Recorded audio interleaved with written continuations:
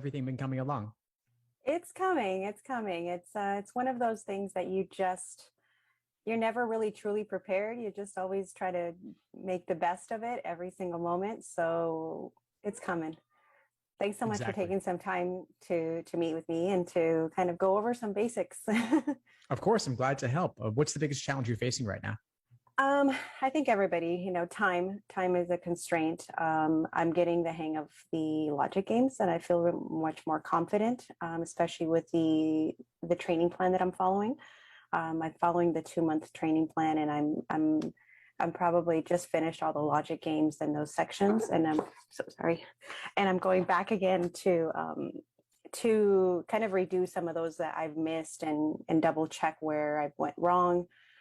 So time is a big constraint for me. And I think the biggest other challenge is not feeling flustered with it. You know what I mean? It's not just the time itself, but it's like seeing the clock go and you're just trying to rush through and you forget some of those inferences that you know that you've missed, but you're trying to get through it so quickly that you just forget about it. Right, right. Do you feel like you have some kind of step-by-step process to I help you slow do. down?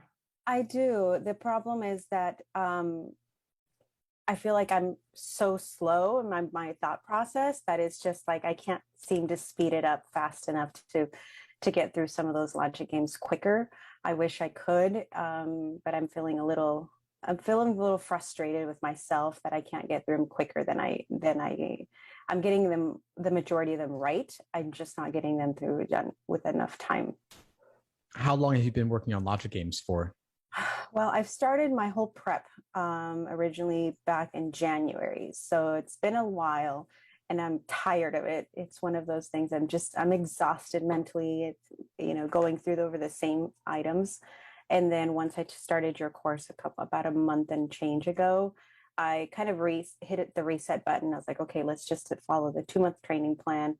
And so I've probably been with about, I don't know, a couple of weeks in logic games and I'm ready to move on, but I don't know at what point should I move on and should I just stick to it until I actually get it, until I actually move past that time constraint. So that's kind of where my challenge is. And my questions, especially for you, is how long do I stay in logic games and when do I move on? Because I don't feel 100% confident, but I do want to feel that I want to be able to grasp the other sections just as much. Because originally I thought to take it here in June, but it's coming around so quickly that I might just have to push it to August. Well, you can move on without moving on, right? So you can progress into logical reasoning, but still keep practicing logic games along the way. Okay. Okay. You're talking about making a reset on your logic games. Mm-hmm. I think that's Okay. valuable for you, especially if the other methods you were using just weren't working for you. And now you're feeling like, hey, it's going slowly, but you're getting them right. Yes. So that's where we look to increase your efficiency on games. And you can increase efficiency through making more inferences up front, as well as from reusing your previous work. So any hypothetical scenario that you draw. So I do have a question for you. What happens in the cases where you are stuck and you didn't see the inferences? And what I've kind of been doing is going back and YouTubing those prep tests because I don't know where I went wrong. And so I want to identify where the problem and so I've been going back doing some quick Google search on YouTube and seeing other people's explanations of the game. Do you think that's a bad idea? You think it's a good idea? What are your thoughts? Explanations can be really helpful. Just don't use them as a crutch, meaning you want to work through a lot of it on your own first, struggle with it on your own, see how you can solve it. Okay. And then if you feel like you can't solve it, of course, or you are curious about there being a better way, then yes, of course, you can look at the explanations. Just keep in mind that the explanations are often just one person's so-called perfect way of doing it. And they may not always be realistic under test day timed conditions. One of the cool things about the logic games in the course is that we're walking through it live, like you would actually solve it, making the inferences along the way in real time. Not like you've done it before, right before class, and already know exactly how to do it. Then that's cheating, right? So we have to make it more realistic. And in class, we're walking through it, interacting with students to see how different people might approach it. And there's not always one best way. So keeping that in mind as well. No, I do like the classes, and I do like the interaction and other people's point of view, of how they came up with some inferences that the instructor might have not seen, or a different way of approaching the game.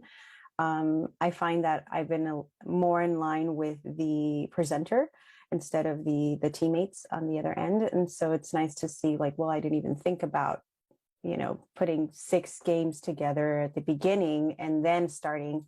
I wanted to move quicker. So maybe making 2 and then down the road making a few more. So, but it's helping. It's helping. I just feel like it's a little slow. And like I said, I'm just tired. I want to be done with it. I feel you on that. It's like after so many years and so many months of just like, how many more hours am I going to put into this? And so that's where I'm at right now. I want to get ready for August. I really want to get through a lot of the items and, do well. I really do. I want to do well. And I think a lot of your explanations really do help. I went back through this morning and looked at some of the basic fundamental stuff that you had on there. And it does help. And it does help just to kind of reinforce and kind of remotivate you to get back on track if you've lost a little bit of enthusiasm into the entire test. Makes sense. I'm glad the videos are helping. I'm glad the course is helping. I sense that logic games, you feel maybe a little bit discouraged. The energy is a little bit lower in that department.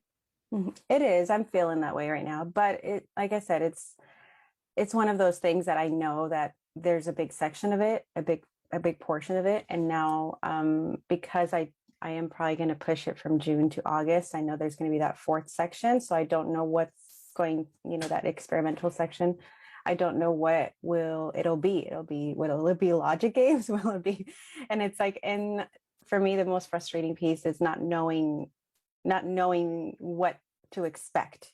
So it's like that unknown for me is very frustrating. So that's where I don't know. I'm almost like, well, let me just pull the Band-Aid and take it in June, because I know what at least I'm getting myself into. But I don't know. What are your thoughts? Do you think it's best to take it in June and then retake it again in August? Or do you just think that wait and then take it in August? Well, you can't do the whole thing in 2 months, right? I know that you had prior exposure to the LSAT. You said back in January, starting then, before getting into the course and using my training program. But it sounds like you're not where you want to be at with logic games. You're just going to start getting into logical reasoning as a focus now, post-reset. My intuition is telling me that if you're considering August, you should probably go for August. You can still apply at the beginning of the cycle either way and give yourself that additional 2 months to maximize your score. But if the logic game's energy isn't where you want it to be right now, but you also recognize you got to keep pushing ahead, then, like I said, move on without moving on. Go into logical reasoning, make that the focus in the short term, just to help bring your energy level back up while continuing to mix in some logic games on the side and continue practicing that. Gotcha. I know that obviously nobody wants to do the experimental section. There's no benefit to you for doing it, but it's going to be there. And that's the price you're paying in this case for getting the additional 2 months of prep. Good news is that price isn't actually a very high one, other than the uncertainty of knowing what's going to happen on test day, meaning which additional section will you be getting? Where will it be placed? You don't know that. You're just basically spending an extra 35 minutes that isn't going to be scored. But since you don't know which part it is, you've got to give it the same effort regardless. But this isn't really a new thing. This was always on the LSAT. The flex was just a temporary removal of that extra section. So they're bringing it back in, but everyone's going to be in the same boat, and you just got to practice accordingly. So build up your endurance a little bit more than you would otherwise by taking practice tests with the 4-section format, not the 3. How often do you think practice tests should be taken? Once you've built a solid foundation, at least once a week, maybe twice a week if you have more time in your schedule. But it's more about the review you do after the fact than just getting more tests under your belt. And that's, I think, where I'm feeling like I haven't gotten enough practice tests, just because I'm still building those foundations. And so I'm feeling like I'm almost a little behind, but I don't know. I'm like, well, should I just like start going through them? And I guess My questions are more in line of, should I just continue with the schedule and move forward that way, or should I deviate from it and start the practice tests and just putting them in there throughout the week? Well, your schedule is going to change if you go for August, right? You've been doing on a 2-month plan before. Right. Now we've got to lengthen that because you have the additional 2 months. So you may want to switch gears and do the 4-month program instead, spread it out a little bit, give yourself some more time. You don't need to start practice tests yet. If you're curious about them, yeah, sure, take one and see how it goes, but take the results with a big grain of salt because you're still building that foundation. You might alternatively just do a logic game section timed or a logical reasoning section timed. Once you dig into logical reasoning, see what that's like and build it up. Then even if you start taking practice tests in mid-June, you could take a full 2 months focused on practice tests, even just one a week. That'll give you roughly 8 or 9, which is a good amount of practice. And if you want to increase it significantly, then just do 2 a week if you have the room in your weekly schedule. Gotcha. What else? I have a list of stuff on my questions here. Yeah, sure. Testing accommodations. What are your thoughts, your general thoughts on testing accommodations? Do you think that the LSAT does pretty good about accommodating, especially extra time based on, of course, circumstances? Or do you think that they usually deny those kind of requests? They used to deny them all the time. They got sued several times. They've since become more liberal in granting them. Okay. So I'm curious, do you think you might qualify for them? Maybe. I think we'll see after I submit all the information and we'll see what they say. But based on the criteria, it looks like I might, but I don't want to use it as a crutch. I still want to continue with the 35-minute sections and move forward that way. But I guess getting back to, I want to be ready and prepared for what's coming versus like, well, now I'm going to have all this extra time that I don't need. And I'm just going to be sitting there and psyching myself out for the next section. There's probably not a lot of downside to getting extra time, especially if you think you might qualify.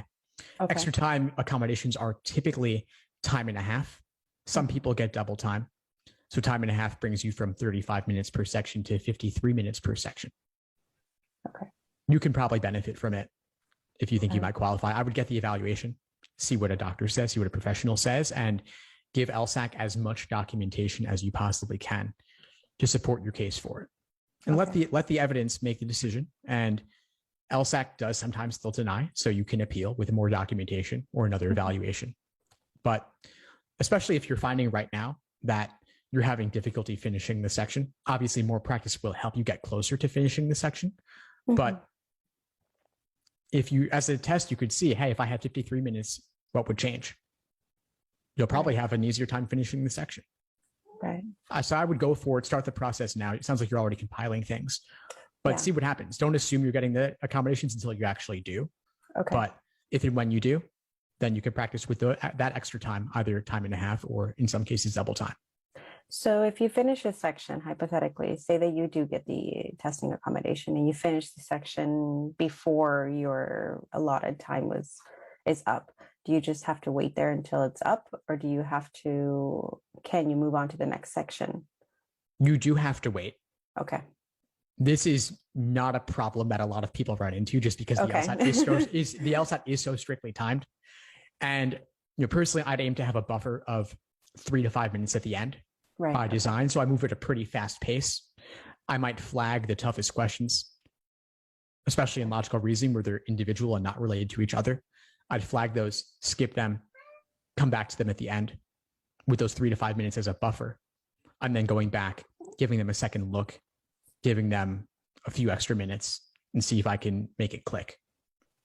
Perfect. Let me see if there's any advice you can give me, anything that you can provide me that is going to remotivate me to move on with this test and continue with the rest of the LSAT and law school journey. Yeah, I would say keep coming to class, go to the study groups, form connections with others, hear their stories, share your story, build friendships. that can be some of the most powerful ways to build the motivation to know that you're not going through it alone. Okay. Yeah, I just feels like it is. And so it's one of those things I was like, okay, well, I will get back to studying one more time. Everyone else is in the same boat as you. Everyone else is in the same boat as you. So don't go through this alone, because you're not. Okay. Okay. I did have one final question. Your LSAT mastery dashboard, the tracking your numbers on a 12 weeks plan. Is that something that you'd recommend doing now with building the fundamentals, or waiting until you start taking some of the practice tests? You can use it now. Yeah. Okay. You can use it throughout your entire journey. It's just a way to track things, because Right. otherwise you're not going to know where you were at last week, and you want to measure your energy level and see how it relates to the amount that you're putting in. And this also helps you focus on what really matters. And that's Right. what you're putting in, because it can take a while to get the results out. The LSAT Right. is tough, and accuracy percentage is not the only thing to look at. Okay. The more work you put in, the more work you will get out, but it may not happen in a day or a week. It could take weeks, but just keep putting in the work, keep showing up to class, keep doing the problems, keep watching the videos, and you will see results. Thank you. And like I said, I appreciate it. I appreciate having you as a resource, and the team. It's very helpful to rely on somebody that has that experience, and that can walk through things in a very simplistic manner and not complicate things with adding different terms. And it's just like, it's just what it is, plain English. So I like that. Of course. But yeah, like I said, I'm excited. I'm excited for the future, but it's one of those things that it is frustrating, that it's like, okay, 2 more months of hell. Let's make it happen. Let's do this. Okay, I can do this. But you make time, and my family's great about allowing my my time when I need it, but it's prioritizing, and it's helping me build, but at the same time it's I feel like it's always that you're always wanting to do more and for your family and others, and it's like it's a time where you just have to be selfish almost, and it's not part of my personality to just take that extra time for myself. So this is, I guess it's almost a double-edged sword. It's like I'm forcing myself to be selfish. Know that this will serve a larger purpose, so it isn't selfish in the end. Yeah. And also, I want to ask you before we wrap up, just what if this didn't have to be hell? What if this could be fun? I hope so. I want it to be fun. I want it to be that way, but I don't know. Like I said, it's so many years of trying.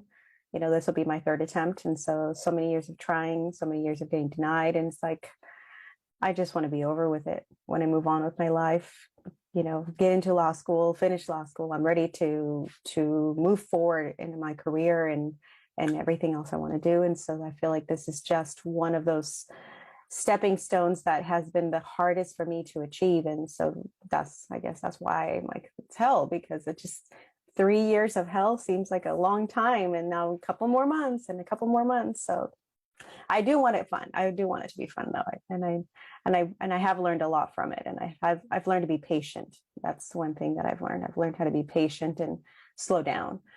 But when you live in a really fast-paced world, you almost want things quicker, and and it's like, as you get older, your mind doesn't grasp things as it used to when you were straight out of school.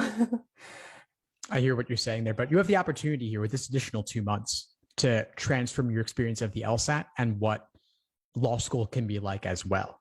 This does relate. Yeah. And you can set up the structures here so that your LSAT studying will inform what you do in law school after the fact. And I know you've been at this since January, and we're speaking now in May, but you're restarting now with this new 2-month program. Mm-hmm. It can now extend to a 4-month program. And so you're actually not even close to the end yet. So you still have room to change what this experience can be like. And there are people in the course who've been down this road before. There's the instructors, there's the TAs, there's students who've been in the course for longer than you have, and you can benefit from their experiences and see how their framings can support you as well. Oh, good. And any of your TAs non-traditional students, or are they all pretty much traditional students that that a lot of their education has just been school. I mean, school and work. Because I do want to find people that know exactly the type of things that I have to go through. It's not necessarily like I hear stories, but the stories are like, okay, big deal, you go to school, like like, yeah, that's great. I have like, I don't know, 50 other items that I have on my plate, but besides just school, but I just really want to make sure that I can hear from those people, those instructors, because they'll help me, I think, see things in a different light. Yeah, ask them their stories. There are a number of people. I'll send you some names and you can attend their classes and see. But I'd say, honestly, most of the people are not the so-called KJDs, straight from kindergarten to law school. Yeah. I'd say probably the majority of them have spent some time in the workforce first. They have work obligations. They have family obligations. Yeah. So talk to them. I'll send you a few people's names. Fantastic. Thank you very much. I appreciate it. Yeah, of course, Claudia. It was great connecting with you. Yes, thank you, Steve. I appreciate it. And again, I appreciate you and your team and all of the resources you have out there. There's so much that it's just like, okay, I'm going to focus on one thing today, but it's good. It's better than no resources. So I appreciate that. Of course. Glad to help. Reach out if you need anything. I'm happy to help you out. Will do. And again, thanks for taking some time today. Of course. Have a good one. You too. Take care. Bye. Thanks for tuning into the show. Please subscribe if you haven't done so already to be notified of new episodes as I release them. And feel free to reach out if you need anything at all as you move forward with your prep. I'm happy to help however I can. In the meantime, I'll wish you all the best and take care.